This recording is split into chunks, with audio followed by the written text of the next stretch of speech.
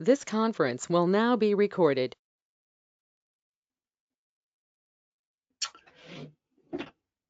Okay, good afternoon, everyone. Thank you for the introduction, Tom, and thank you, everyone, for attending. As Tom said, I am currently the Technical Head of Track for BAM Nuttall, and I have spent the majority of the last 4 years working on the planning, design and build of enhancements on the Aberdeen to Inverness line. Today, I'm going to give a presentation on the redoubling of the Aberdeen to Inverurie section with a focus on the works on Don Viaduct. As a bit of background, for those of you down in the London section who are probably not that familiar with the Aberdeen to Inverness line, the line is 107 miles long, mostly single line. As well as the station at either end, Aberdeen and Inverness, there are 8 intermediate stations serving a variety of small towns along the north and northeast coasts of Scotland. At each of those stations, there are small passing loops of varying length, but on average about half or 3/4 of a mile. The average journey time from Aberdeen to Inverness is 2 hours and 18 minutes, with 10 trains in either direction per day.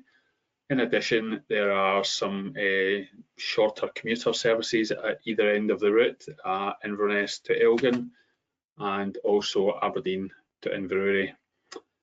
In 2008, Transport Scotland carried out a strategic transport review for the whole of Scotland, and for the Aberdeen to Inverness line, there were a set of key output requirements. These were an hourly service between Aberdeen and Inverness, a half-hourly service at the west end of the route between Inverness and Elgin, and a new station at Dalcross, a half-hourly service at the east end of the route, including a new station at Kintor, and a reduction in the end-to-end journey time to approximately 2 hours.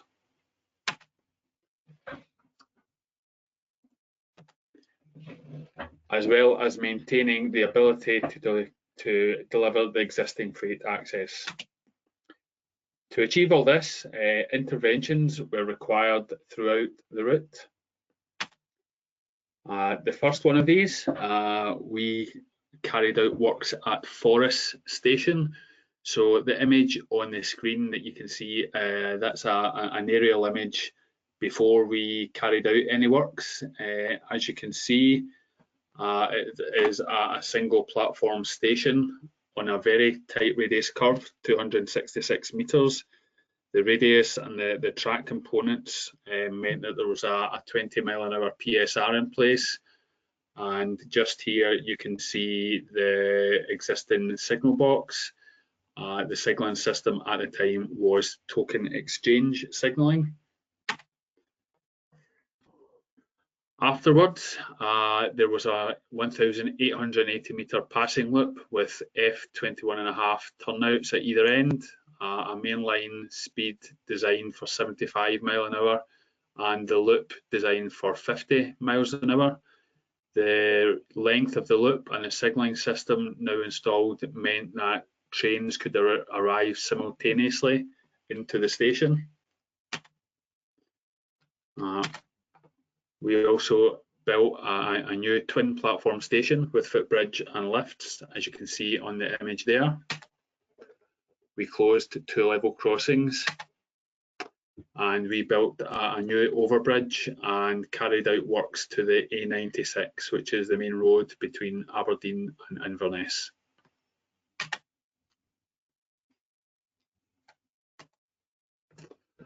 Around about the same time, we also carried out works at Elgin, another small town 12 miles to the east of Forres. Before we carried out any works there was a 630 metre passing loop.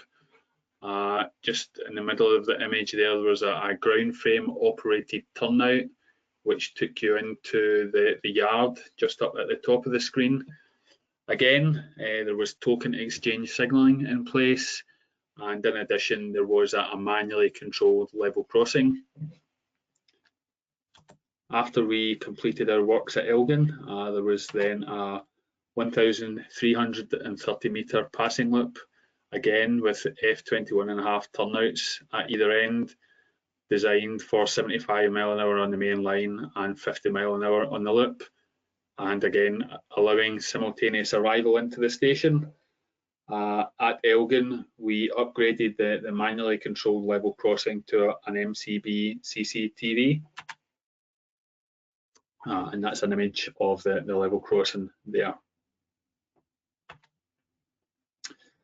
After the works were completed at Forres and Elgin, the focus moved on to the eastern end of the line.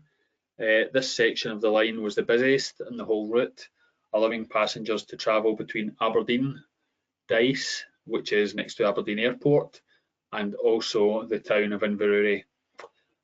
Due to a pressing need for increased commuter services at the eastern end of the line, emphasis had been placed on this section for the greatest extent of redoubling, and in addition, a new station was proposed at the town of Contour. As you can see from my crude sketch there, Aberdeen to Inverurie is approximately 17 miles. Now, when you sit and think about it, 17 miles of redoubling doesn't sound that hard. Unfortunately, the single line didn't sit either on the down formation or the up formation. Over the course of 50 years since the line was singled in the 1960s, the existing track had gradually been renewed and maintained to follow the racing line in 5 areas, removing clearance issues through overbridges, platforms and a tunnel. In addition, large sections of the existing single line had out-of-date components not suitable for a line speed increase. So here you can see an example of an arch overbridge that previously had 2 tracks through it, going back to the 60s and the 50s, but now has a single line through the middle of it with steel sleepers. Those steel sleepers being installed, I think it was about 2011. That example shows you an underbridge, which now takes a single line, and again another arch overbridge where the single line has been placed through the centre to reduce clearance issues. Along the length of the line, we found sections with F7 sleepers with Mills clips from the 1950s. We had Bullhead CWR from 1989. And also sections of timber sleepers with elastic spikes and 98-pound rail, again from 1958. So instead of installing 17 miles of a new second line, which is approximately 25 kilometres, the total length of new track that had to be relayed between Aberdeen and Inverurie was a total of 40,000 metres. In addition to the 40,000 metres of new track, we were required to design and install 15 new point ends, 85,000 cubic metres of earthworks, 4,300 metres of retaining walls, as well as substantial works to bridges, level crossings, as well as the new station at Contour. And of course, along with all of this, the signalling system was completely revamped. 2 signal boxes were closed and the new signalling system was recontrolled right the way to the other end of the line at Inverness. One of the largest interventions when doing the redoubling between Aberdeen and Inverurie was at Don Viaduct. So Don Viaduct, before the works, was a single track supported on rail bearers spanning between cross girders. That's 5 spans, 103 metres long, that carrying the existing single line on way beams over the River Don and its floodplain. The bridge was recently strengthened and repainted, but only for single track loading. There is no deck apart from an open mesh walkway. Therefore, the existing deck was relatively lightweight. The superstructure was supported on 8 circular granite piers and 2 granite abutments. At the early grip stages, it was proposed that the superstructure could be strengthened to support a second track. Several options, including complete replacement and various strengthening schemes, were considered. But I guess the key around all of this for the track engineers was that the longitudinal timbers would be removed and that both tracks would be reinstated as ballasted track. This required significant strengthening for the existing cross girders, so these would be removed and replaced with heavier sections. In order to support the increased dead load of the new ballasted track and the strengthening of the beams, significant strengthening of the substructure would be required. That there shows you an example of where the design stood fairly early on. You can see the 2 ballasted tracks there with the bigger beams underneath. That design would have required 85 new cross girders, 164 new stiffeners, and various other works. The substructure solution to support that was on the basis that the piers in the ground were understood to be approximately 2 meters deep. So the substructure treatment at the time proposed installing concrete collars around the base of the piers to strengthen the substructure. However, following outline design, some additional trial pits appeared to contradict the previous GI, and newly available record drawings seemed to show deeper foundations. This led to specialist survey by seismic ground penetration to confirm the depth of the piers and the depth of the rock bed. So on that new image that has come up, you'll see that this the seismic ground investigation found that the piers were actually between 8 and 5 meters deep, which then had a significant impact on the proposed substructure solution.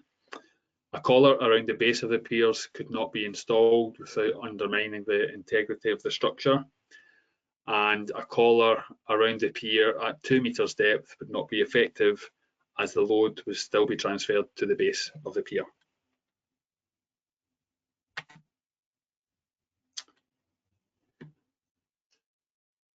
We found that we would need to install the concrete collar with piles anchored into the rock level for that design to work. The piling would have a significant impact on the proposed construction sequence, cost, and programme. Access to install the piling would impede the installation of the scaffold needed to carry out the steelwork strengthening, and the piling and steelwork strengthening would all have to be carried out in a blockade, which would mean that the length of blockade we had agreed with the talk would not have been enough.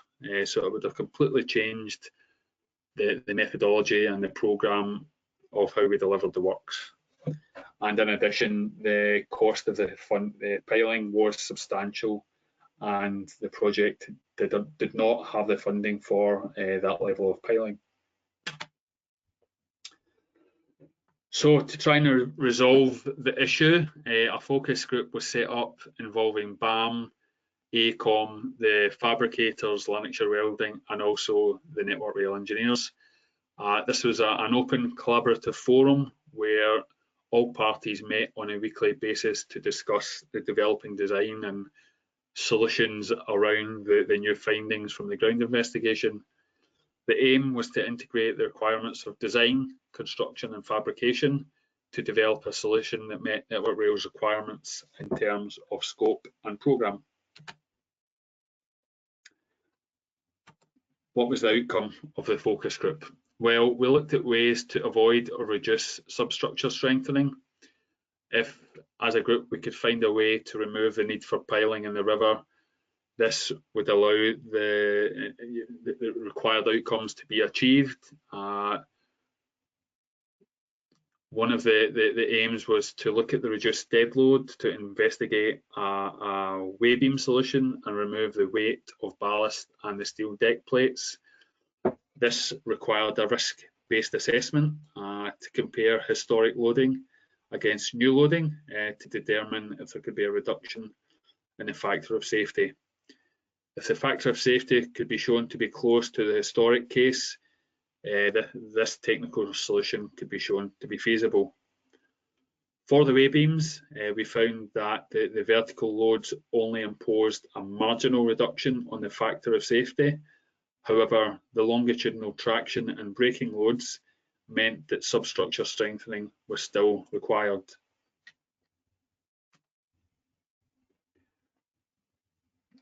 Sorry, I'm going to go back a slide there.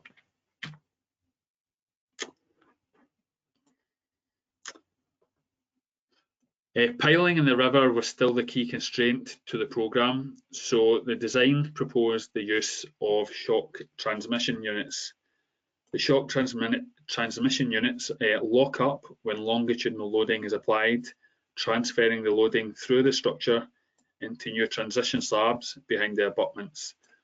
By doing this, the longitudinal loading could be taken out of the piers, and we were able to demonstrate that the factors of safety were the same or better than the historic case. And this allowed us to take the piling out of the river, clearing the way for superstructure strengthening. The piles could be installed in advance of the blockade, and the programme, the works could be delivered in accordance with the programme. No substructure strengthening was needed on the piles. And on the screen there, you can see on the left-hand side a picture of the shock transmission units. The focus group, having solved that problem, then had the challenge of developing details that allowed the way beams to be installed effectively. This put forward a number of issues because the structure was on a high skew with the track on a gradient and with differing levels of main girders. The design would need to include packer plates below the way beams to ensure that the track sat at the correct level across the structure, and would also limit the variance in way beam depths and sizes for ease of installation. At the south end of the structure, the track comes from a radius of approximately 1,000 metres to the track ends up being straight about 30 metres into the viaduct. So the can actually at the south end of the viaduct was 49 millimetres, transitioning down to 0, which gave additional issues for way beams and rail inclination. In addition, a guardrail was needed as a mitigation to derailment loading, as the light GRP deck would basically just collapse if a train was to derail on the viaduct. So this dictated the type of base plate that was used, and the solution that was proposed had to be able to be handed over after week 8 of the blockade to the track installer, so that the track installer then had time to do his side of the work prior to the end of the blockade.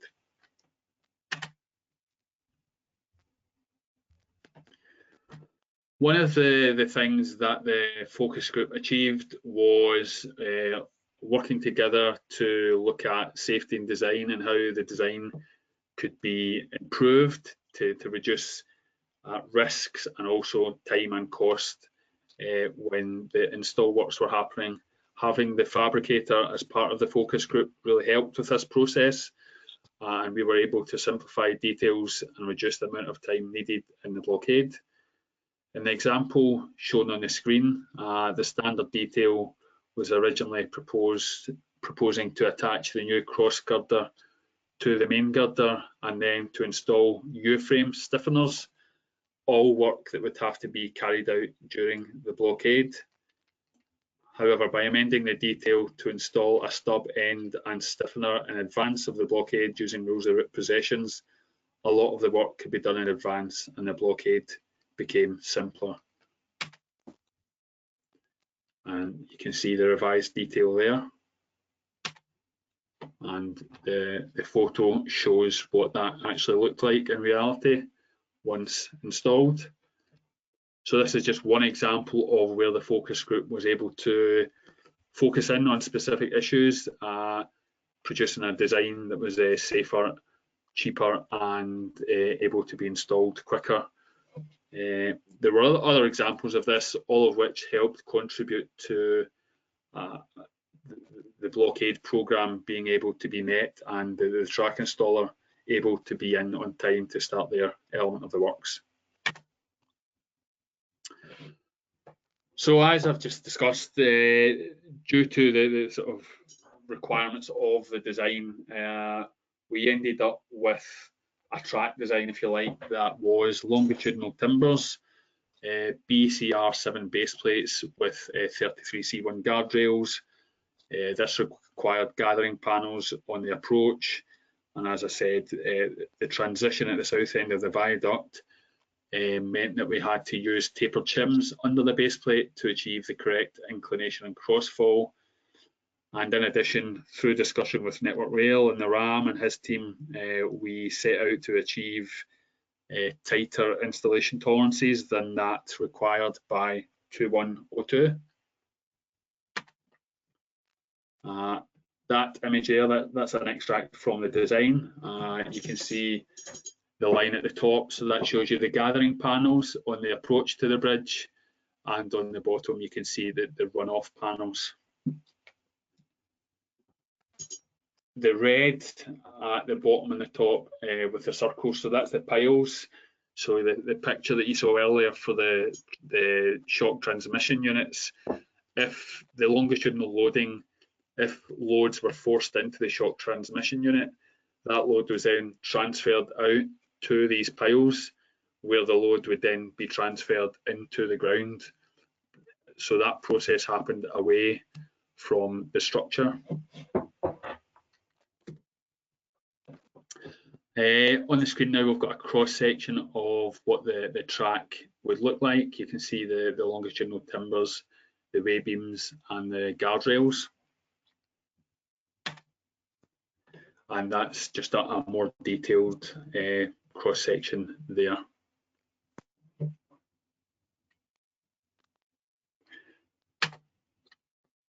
When it came to the track installation, I'm sure many of you will know what a normal track design looks like. You have your low rail level, you have your rail type and your sleeper type and your ballast depth. These are all known fixed values, so it's quite easy to take your design and your low rail level and work out bottom ballast information and all that for your engineers when they're out there working. Unfortunately, for the viaduct, it wasn't quite so simple. So as I explained earlier, on the canted sections, we had to make sure that we achieved the correct rail inclination. So the schedule that's up on your screen there, that's the schedule of the tapered packing plates that were used.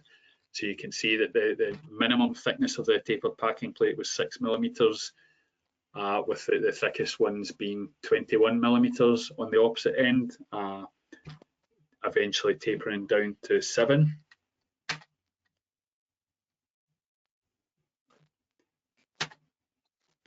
So as explained, yeah, Don Viaduct wasn't simple. A viaduct that has been there for more than 150 years. Yes, we were upgrading it. Yes, we were doing work to cross girders. However, to a certain extent, the civils work, the cross girders and all the other works was tied into the existing position of rivets. So they weren't able to design cross girders that were perfectly horizontal and had the same level at either side. This meant that the setting out for the viaduct had to be very, very detailed, but at the same time had to have some assumptions built into it. So you'll see here on this extract the word anticipated in a couple of locations. So the top of the cross girder fixing plate, that level is anticipated. The anticipated depth of the bottom packing plate, and also the anticipated level of the top of way beam.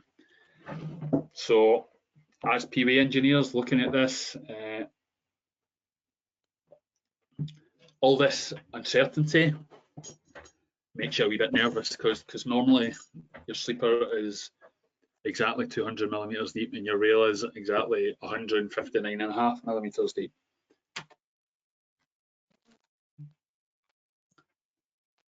Setting out for the horizontal was easier. The designer provided us with a coordinate for each bolt hole, which meant a total of 2,112 setting out points.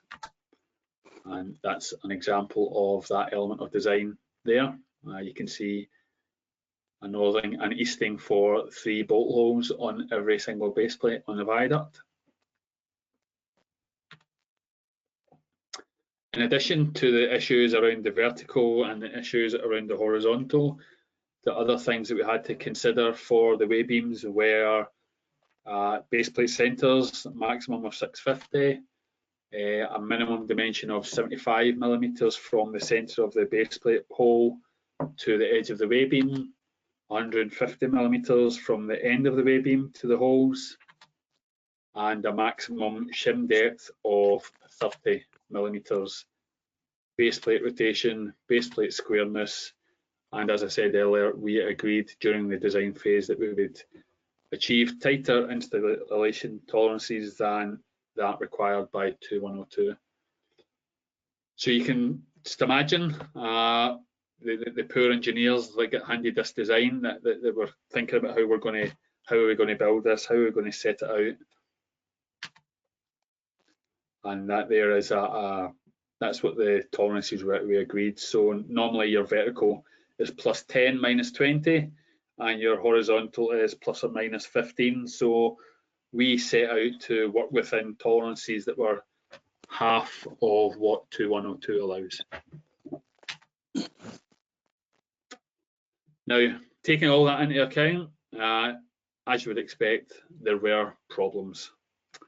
Once we got on site and we carried out an as-built survey of the top of way beam, we found, not surprisingly, that things weren't exactly as per the design.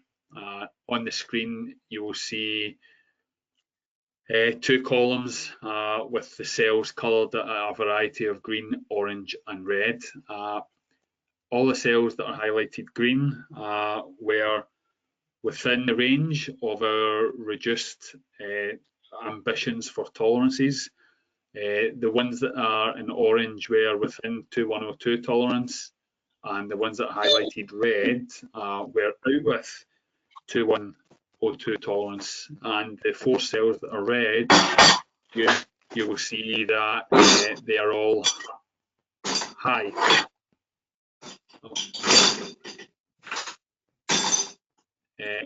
David Doe, I'm getting some feedback from you.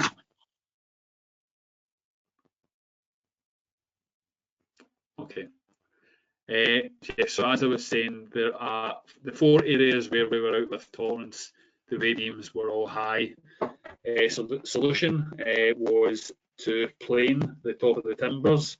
So the guys on site got some industrial sized wood planers and shaved sections of the wood away so that the timber, the sort of base plates can be installed at the correct level. After a lot of hard work and checking and rechecking, we eventually got to a point where the timbers were ready and within tolerance and ready for the base plates to be installed.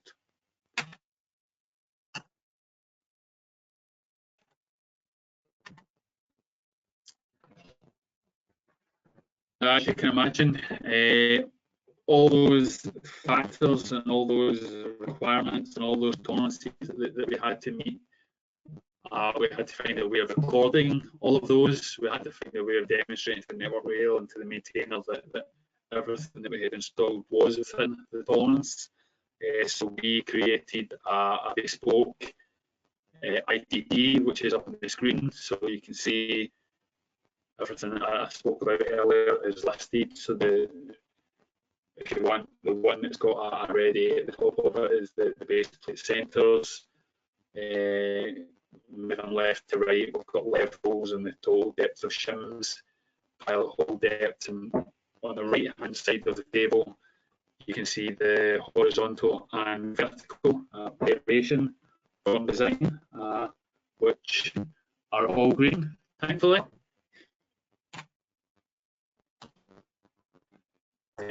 This is the second sheet that we used for the ITP, and this, if you like, is for recording the relationship between pairs of base plates, so the squareness, the gauge, the can, and there's also a column there for the 6 foot.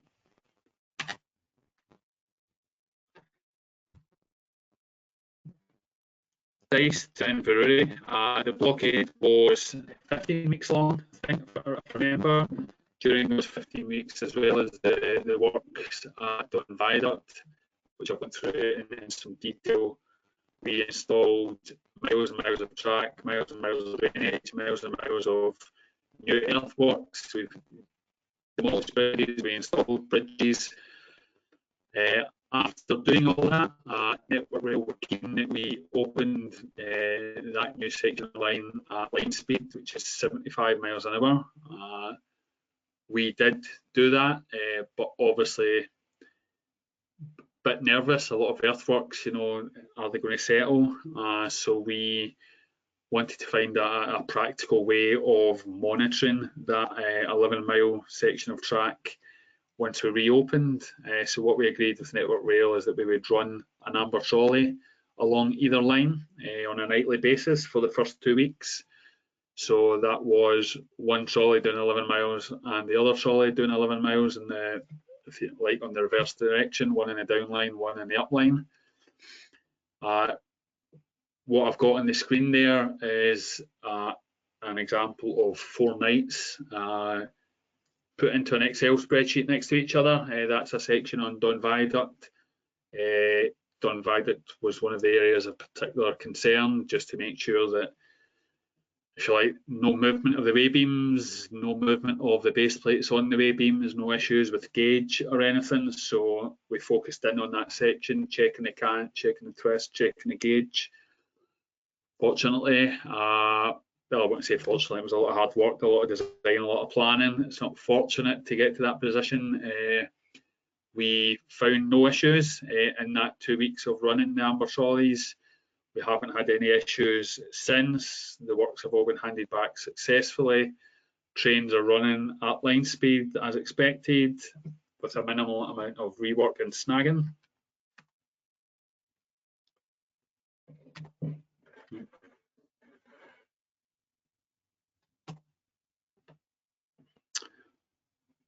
Hold on a sec, having a few IT issues. Yeah. So, as a recap on Don Viaduct, just got some images. So that's, I think that's the west end of the bridge before we carried out any works. So you can see adjustment switch there, a set of breathers due to the longitudinal timbers over the bridge.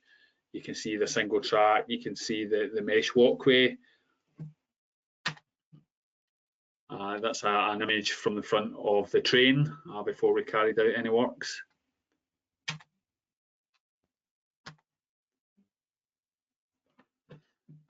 This is some images of during the works. So you can see that the cranes at either side. You can see that in that image the deck is all open, scaffolding underneath, boards on top, and you can see all the cross girders going in.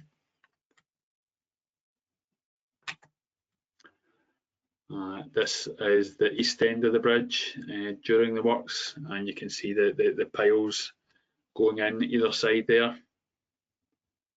That's the pile cap, that's the shuttering for the pile caps. You can see held up with the scaffolding poles. In that image, you can see that the troughs have started going in. All the cross girders that are in the steel troughs are now going in on top, and you can actually see the way beams are in for the majority of the bridge as well. And that's us there, starting to put the base plates on. This would be fairly early on in the process where we have put some base plates down just to check the levels. If you actually look at the right hand side of that image there, you can see a couple of examples of where the timbers had to be planed to get the way beams, to get the base plates to the correct level. That image there shows you in detail one of the tapered shims. So you can see on the left hand side the thin end, 6mm, and I guess that is probably about an 18 or a 19mm one there at the thick end.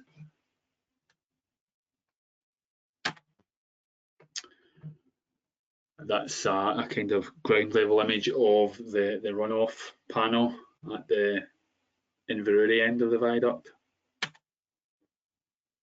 And that's us getting close to the end. You can see pretty good top on both lines there vertically.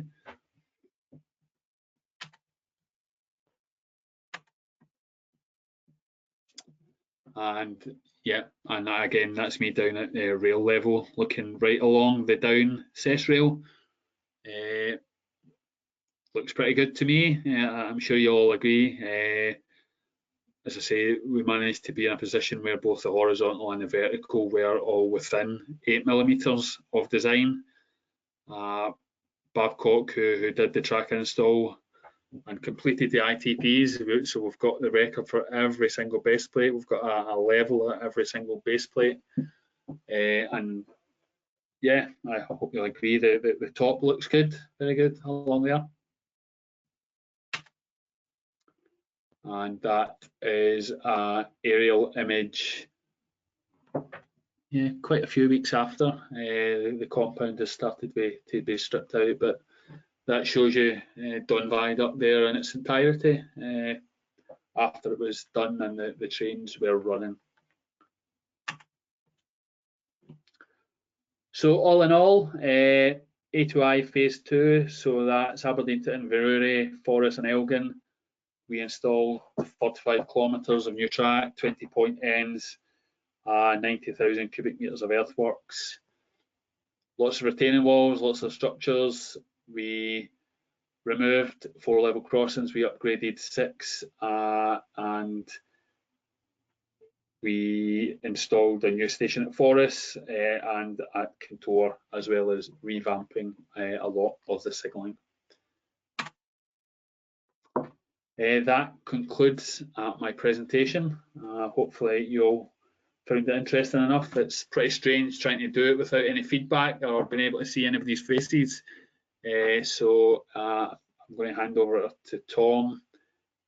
Hopefully he's going to tell me if there's any questions. And the last thing for me, if anybody wants to email me or anything, or get a bit more detail about any of the works that we carried out, then I'm on LinkedIn and stuff like that, so you can get in touch with me that way.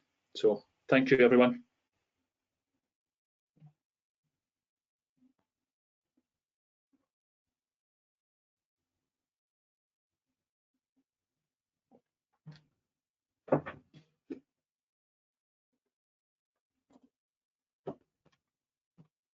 For the icky timbers, I think you put on there, the timber solution.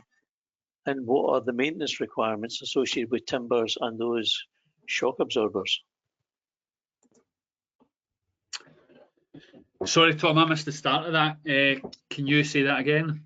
Okay, Paul was asking about the design life of the timbers and the maintenance requirements for both the timbers and those shock absorbers. Right. So when I've done this talk previously, the guy that sourced the timbers was there. Listen, everything that we had to design had to have a design lifespan of, I'm sure it was a minimum of 60 years. So those timbers, you know, won't be going anywhere anytime soon. The shock transmission units, the very little maintenance of them is required as a kind of ongoing thing. The maintainer has to look at them, and when you look at them, you can tell if they've moved, but to be honest, I don't think there's any expectation that they will ever move. If you like, it's the design is there as a worst case. The shock transmission units aren't something that's intended to move backwards and forwards, if you like.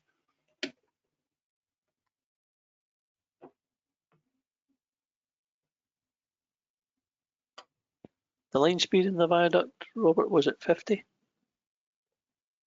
No, 75. 75, okay, thank you. Yes. And any residual issues in the transition stiffness slab on the run-off, run-on? We didn't have a slab. The transition stiffness was done through varying levels of compactable material, like type 1, with layers of geogrid in between. So if immediately adjacent to the bridge, we had 4 200mm layers of compacted material. Each level had to be compacted, tested for compaction. Once that compaction level was achieved, we'd put a geogrid on it, and the design was that initially that was 4 levels, stepping down to 3, stepping down to 2, eventually stepping down to 1, which eventually disappeared. So it was done that way, and I'm sure each level was about 7 meters long or something. That's a reinforced soil solution tapering to existing. Yes. Okay. And I've got a drawing for that somewhere if anybody's interested. And we've not had any issues with it. It's now, what is it, about 9 months since the line was reopened, and I'm not aware that there are any issues with the transition on and off the viaduct. Okay, a question for me on your before picture of the Don Viaduct. I couldn't see any derailment containment on the existing before you were there. Was that the case? Or did it have? That is the case, that's correct, yes. Okay. No, it didn't have anything, Tom, no. Okay. Interested in your synchronization of the Amberg trolley, because obviously you were doing a comparison night on night. How was that achieved? Was it synchronized every kilometre or so? No, I think what happened is, let me see if we can go back to that. No, we had the surveying company do it, Tom, that was doing the track launching. So they basically marked on the track where they were going to start each night, and the Amber trolley automatically recorded. They set the Amber trolley to record at the same distance. So by starting at the same point that was marked on the rail at the same chainage, you know, even after pushing through 11 miles, like it was still synchronized. Okay, that's good. And you mentioned calculations right at the very start about the dead load when you were looking at a ballasted deck structure, and then the wee beams was chosen as the solution that gives you the least amount of dead load and the best amount of span capability. Was there any consideration at that stage of using reduced ballast depth and steel sleepers as a solution? I don't think there was, Tom. It went from. I've got to be honest, I wasn't in the focus group, if you like. It was the civils team, so my knowledge of it was a ballasted solution that eventually, you know, became a wavy solution. There was never any suggestion that we would go with a reduced ballast depth. Obviously, the RAM wasn't very happy with the radium solution, but there really wasn't any way around it. You know,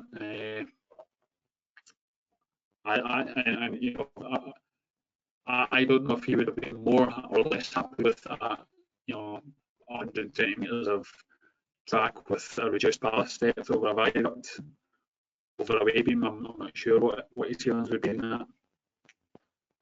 Okay, just interesting. I'm just trying to increase the profile of steel sleepers again and get them back on the agenda. A question from Vivek, who says, quite an obvious one, why was Forest Station placed on that original dodgy alignment before the A2I project? Was that to get it nearer Forest or for some other reason? Sorry, Tom, you broke up a bit there. Are you hearing me okay? Because you are crackling a wee bit for me. I've got good reception. I think it's might be at your end. So it was a question about the original Forest Station. Why was the original Forest Station placed where it was, off the main line almost? Right, so there's a long story to this one. So let me try and go back if I can.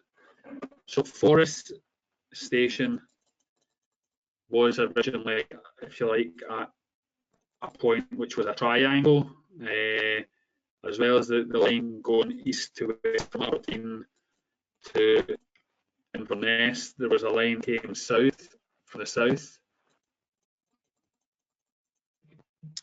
Hold on. I'll be easy if I can. Am I still sharing my screen, Tom? You are, yeah. Yeah, right, okay.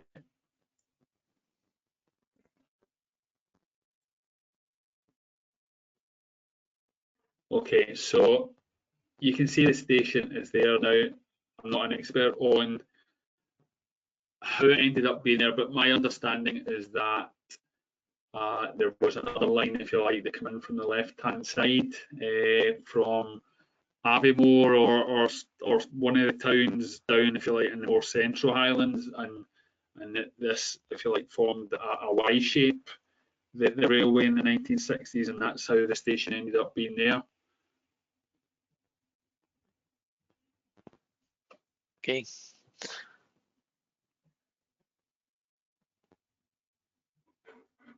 Any issues encountered with design or installation phases for the level crossings that were closed?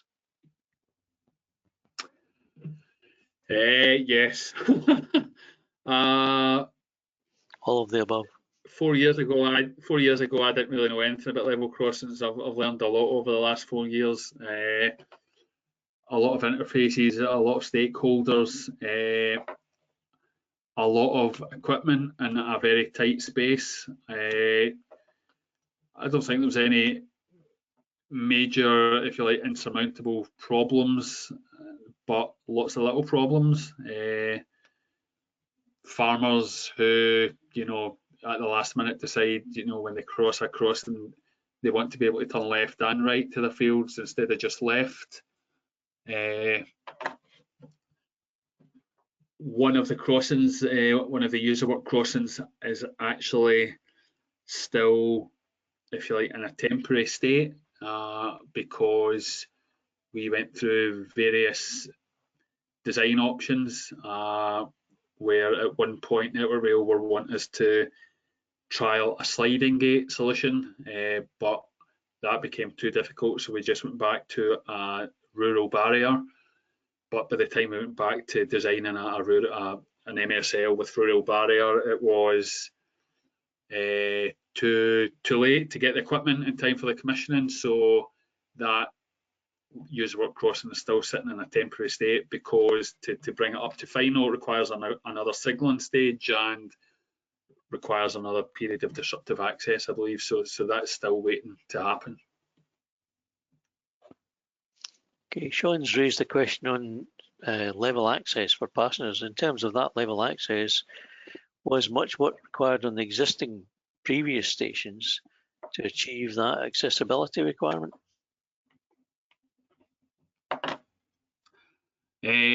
Sean, what do you mean by existing previous?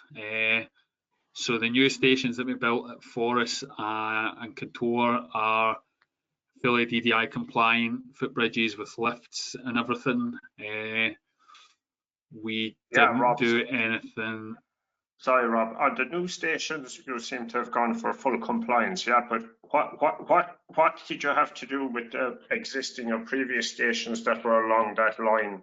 Did you have to make adjustments for them, or did they all just naturally fall in line together? So if the other stations that we kind of were in the vicinity of were Dice, which is Aberdeen Airport, and Inverurie, Sean. So neither of these stations were in very good condition.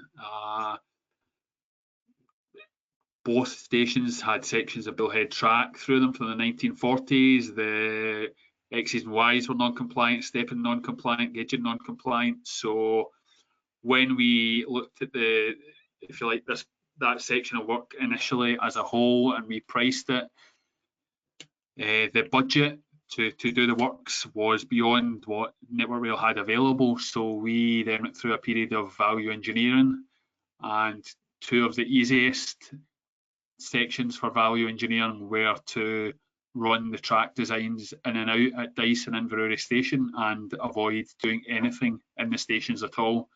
So Aberdeen to Inverurie is now 17 miles of 95–96% new track, new signalling, all that sort of stuff. But if you stand at Dice or Inverurie station, you will be looking at track from the 1940s. And therefore, by doing that, we avoided having to also consider access and footbridges and lifts and all that sort of stuff. Okay, thanks. Question from Fiona asking about what sort of earthworks were required. And I imagine you were involved in all sorts of earthworks. Was there anything in particular that was a theme of this? Yeah, listen, there was a bit of everything: piling, soil nails. For myself, as the track CRE, the biggest issue with earthworks that we had was piling on embankments. And I have given one of the presentations that I gave to Glasgow went into a lot of detail on this. So Fiona, at one point in the middle of the project, when we were working flat out during rules of the route possessions, we had up to 30 track monitoring sites every night. Let me just, and I'm trying to see if I can pull something up for you. Hold on. A sleepless night or two then.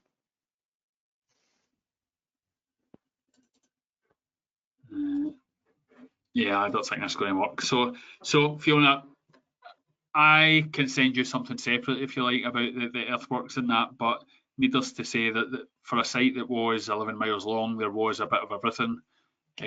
Soil nails, piled solutions, retaining walls, everything pretty much. Sorry, Thanks. that's not a very detailed answer. No, that's great, Bob. I might take you up on that offer for more information. Thanks. Okay. And from Dominic, protection of sensitive cables, network sensitive cables. Were there any cable protection works? And if you did have them, how did you do that? Dominic, yes, there was lots of cables to be protected. So the works on this section of the line were carried out in 2 blockades. So in 2018, we had a 15-week blockade to do all the works between Aberdeen and Dice. When we were doing those works, however, the existing signalling system was still in place, so pretty much all the cables had to be protected. Required a lot of lift and shift, a lot of putting cables into split duct and moving them, which was the primary form of protection.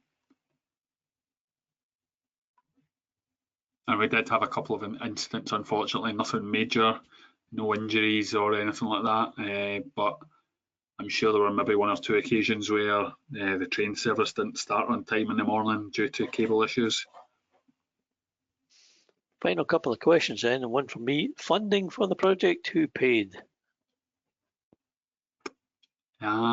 Scottish Government, I would assume. Scottish Government to Transport Scotland to Network Rail to me, the Scottish taxpayer. Contractors. Well, yeah. Sure, the taxpayer pays for everything. I welcome it. I think it was a great project. Yes. Any more questions from anyone?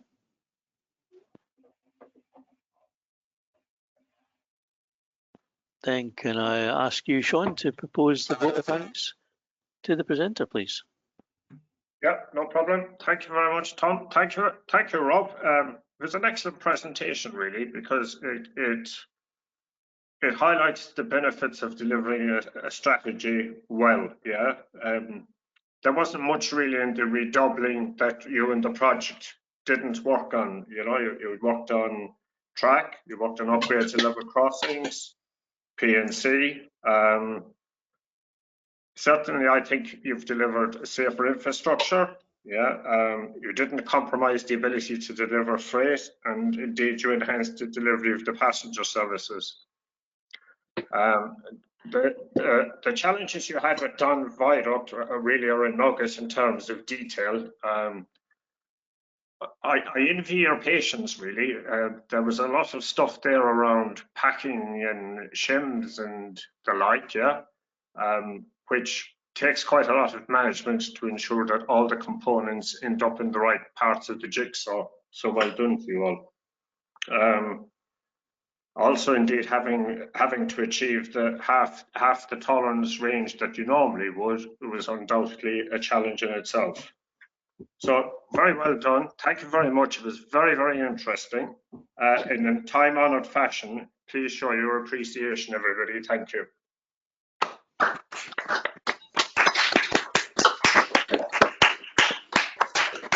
Thank you, everyone. Thank you.